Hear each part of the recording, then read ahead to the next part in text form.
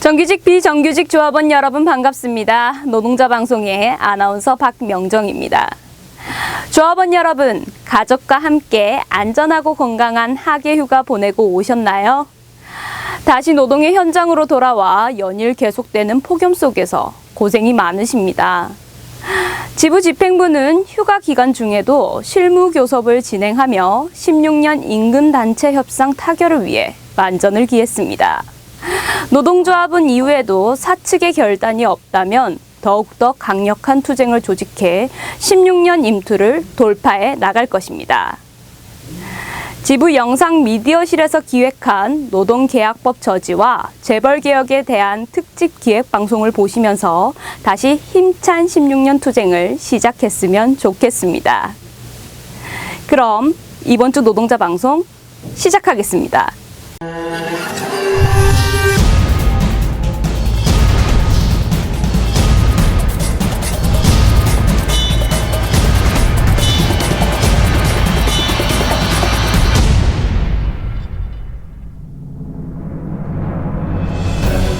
2015년 9월 노동시장 구조 개선을 위한 노사정 합의문이 발표되었다. 그리고 바로 그 다음 날 새누리당은 노동개혁법이라 불리는 5대 노동법안을 당론 발의하고 일주일 후 고용노동부는 취업규칙 변경과 일반 해고에 대한 행정지침을 만들겠다고 발표한다. 정부는 이 노동 5법과 행정지침이 우리나라 노동계와 경제에 활력을 불어넣어줘 침체된 경기 회복에 도움이 될 것이라 주장했다. 그리고 막대한 예산을 쏟아부으며 CF와 각종 홍보물들을 제작 배포하였다. 과연 정부의 주장대로 5대 법안과 양대 지침이 노동자들의 힘이 되어줄 수 있을까? 노동계약법은 5개의 법안으로 구성되어 있으며 근로기준법, 고용보험법, 산재보험법, 기간제 근로자법, 파견 근로자법이 그 내용이다. 첫 번째 근로기준법. 근로시간을 현행보다 단축하여 노동자의 삶의 질을 향상시키고 일자리를 창출하겠다는 내용이다.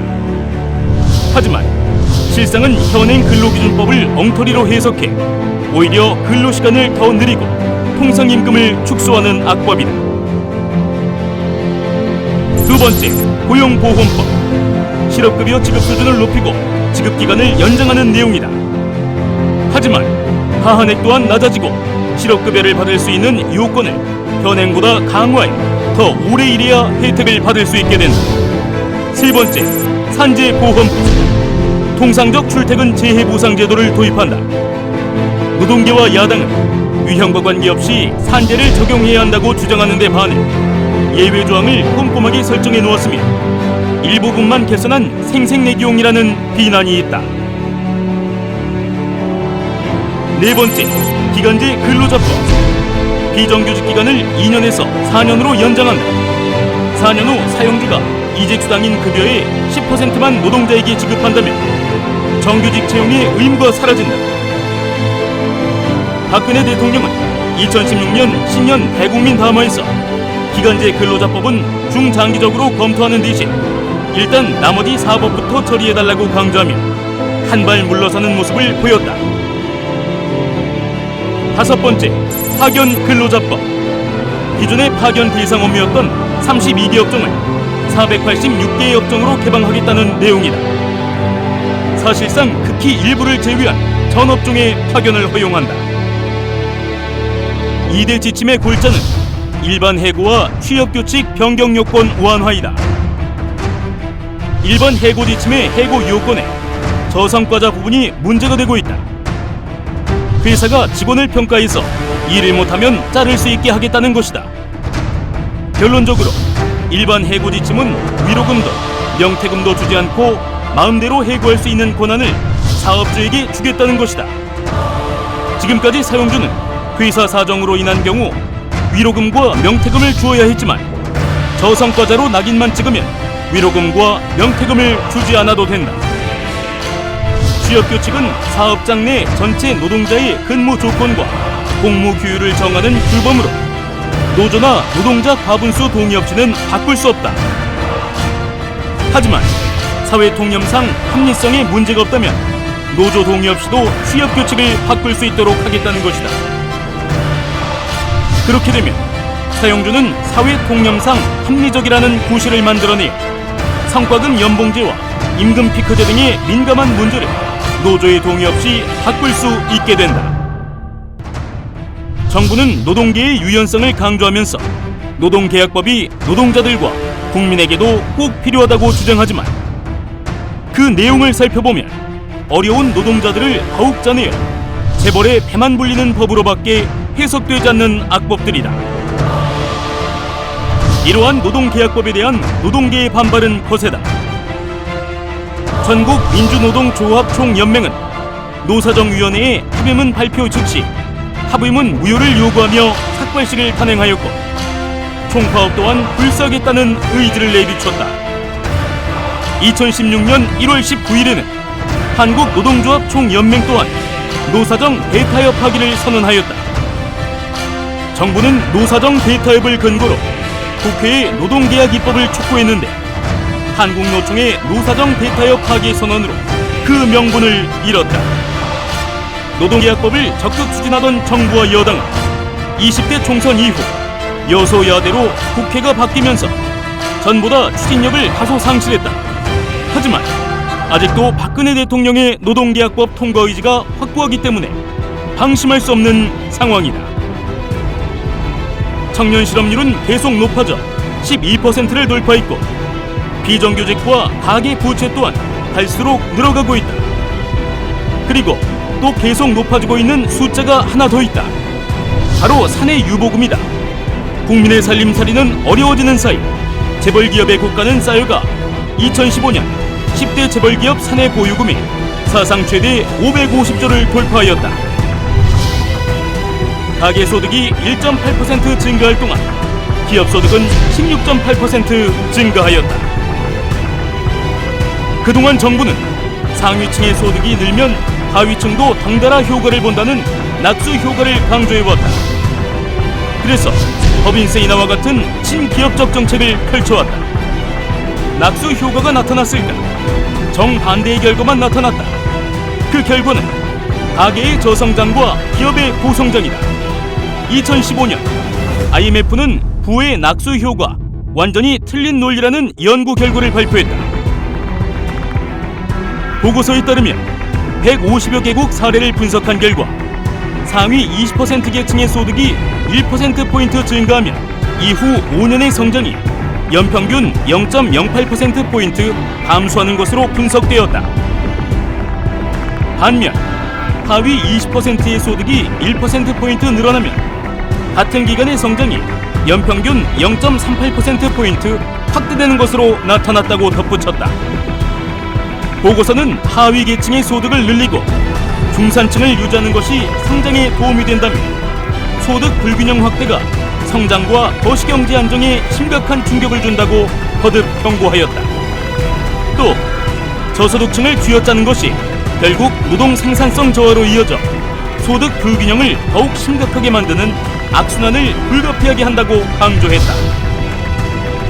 하지만 신자유주의의 천병으로 여겨져 온 IMF마저 낙수 효과를 전면 부정한 상황임에도 불구하고 정부는 친기업 정책의 노선을 바꿀 생각이 전혀 없어 보인다. 16년 임담협이 시작되었다.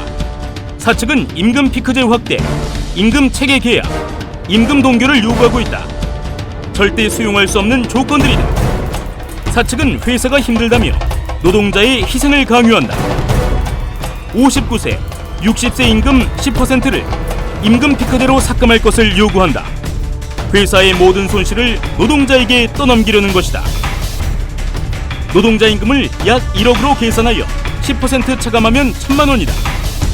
현대자본이 올해 챙겨간 주식 배당금이 1,272억 원이다.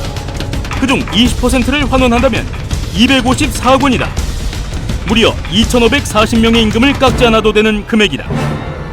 정말 회사가 어렵다면 자신의 주식 배당금을 조금이라도 포기해야 하지 않겠는가?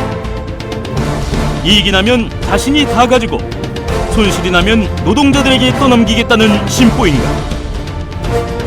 현대 기아차 그룹사 노조는 지난 4월 19일 사측에 공동교섭 요구안을 전달하고 상견례 등을 요구했지만 성사되지 않았다. 이후 노조 측은 현대기아차그룹 측에 7차례에 걸쳐 공동교섭을 요구했지만 사측 대표들이 나오지 않아 교섭이 결렬됐다고 설명했다. 이번 교섭 결렬로 결국 7월 22일 총파업 투쟁은 피할 수 없게 되었다. 국민의 희생으로 성장한 재벌은 그 책임과 의무를 다하지 않고 있다. 특권의식에 빠진 재벌 2, 3세들의 각종 갑질, 하청업체 납품단가 후려치기, 불법 경영승계 및 불법 재산 증식 등 지금 재벌이 우리 사회에 끼치는 폐단은 이루어 말할 수 없다. 재벌이 나라를 병들게 하고 있다. 재벌개혁과 2016년 현대차지부 임투 승리일 할 수 있다. 재벌공화국 깨부수고 노동자의 권리를 쟁취하자.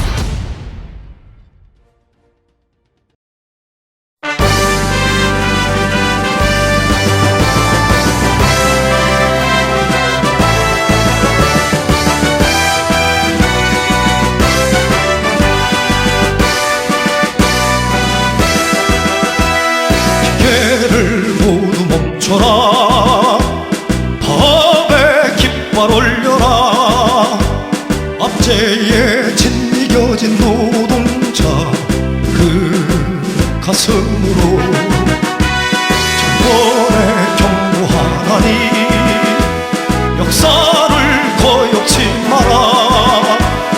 우리는 민주노조 한국 사회 노동자들에게 모든 폐악질을 가해오고 있는 재벌 체제를 개혁하고 해체해야 합니다. 불법 파견 누가 저지르고 있습니까? 일감 몰아주기 누가 저지르고 있습니까? 납품단가 후려치기 누가 하고 있습니까? 우리 사회에서 모든 불법이라는 불법은 재벌로부터 시작되고 있습니다. 노동자를 살리고 한국 경제를 살리고 제조업을 살리고, 그래서 노동자가 주인되는 세상으로, 그래서 우리의 투쟁이 승리하는 그날을 향해서 우리는 재벌을 상대로 모든 투쟁에 포화를 열고 있습니다.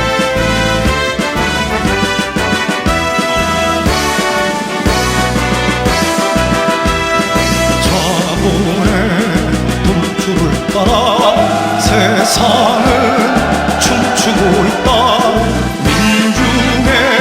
생존을 위해 동지 여러분과 함께 자신있게 당당하게 어깨 펴고 대부분 귀족 노조가 아니라 이땅 노동자 민중의 생존권을 최선봉해서 우리가 보호하고 개선해 나간다는 당당한 민주노동의 자신감으로 나가겠습니다.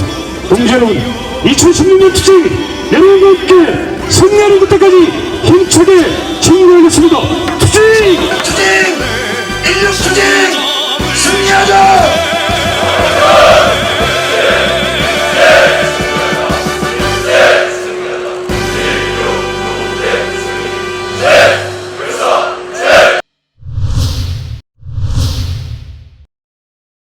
이렇게 지부 집행부는 말로만이 아닌 선봉에서 실천 투쟁하며 노동계약법 저지와 재벌개혁을 외치며 16투쟁 승리를 위해 전진하고 있습니다. 연일 계속되는 폭염 속에서도 우리는 투쟁을 멈춰서는 안 될 것입니다. 조합원 동지 여러분, 다시 노동조합으로 힘을 모아 단결된 마음으로 16년 임투를 돌파해 나갑시다. 그럼 이번 주 노동자 방송 모두 마치겠습니다. 시청 소감이나 다시 보기를 원하신다면 현자지부 홈페이지 또는 스마트폰 앱스토어, 페이스북을 통해 현대자동차 지부를 검색해서 이용해주세요. 그럼 다음 노동자 방송 시간까지 안녕히 계세요. 하계 휴가 기간 중 가족과 함께 즐겁고 행복했던 추억의 사진을 보내주시면 추첨을 통해 영화 예매권을 드립니다. 많은 참여 바랍니다.